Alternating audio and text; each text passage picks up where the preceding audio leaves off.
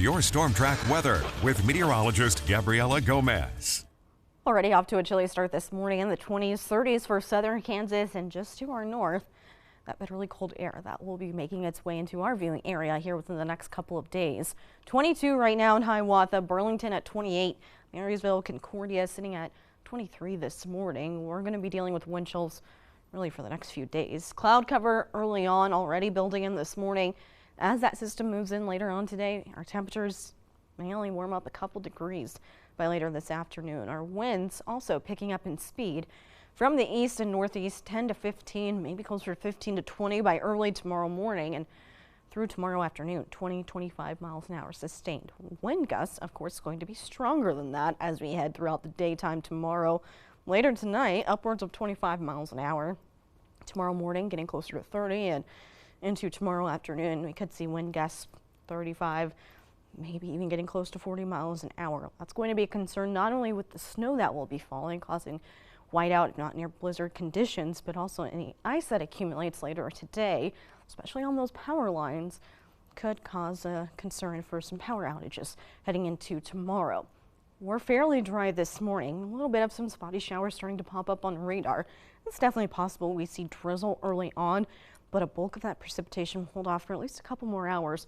As we get closer to lunchtime, that's when we'll start to see that really ramp up in terms of some isolated and scattered showers. That low, though, still off to our west, won't really move over us until early tomorrow morning, but of course we'll get those impacts early on later in this afternoon. As we head through midday, starting to see that wintry mix take over, a little bit isolated and then more scattered by the evening. We may even start to see that change for snow early on for our northern counties. We'll see higher snow totals further north, further south, some higher ice totals as that wintry mix lingers on through tonight into early tomorrow morning. And then that system really takes over our viewing area by early Sunday. Notice our southern counties still trying to hold on to that wintry mix where we all see that change over into snow. Really by mid to late morning, we should all be over to snow. Moderate heavy snow bands moving through pretty consistently until later on in the evening. It may not be till after sunset into the overnight hours that we finally see the system move out, and the clouds will go along with it.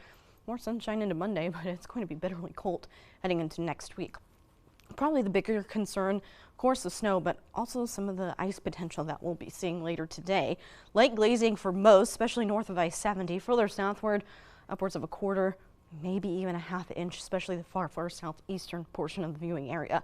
Snowfall totals, those that see the higher ice totals will see lower snow totals. Further northward, upwards of a foot for the central part and maybe get close to 1.5 feet in spots for northern counties. Locally higher amounts, of course, possible.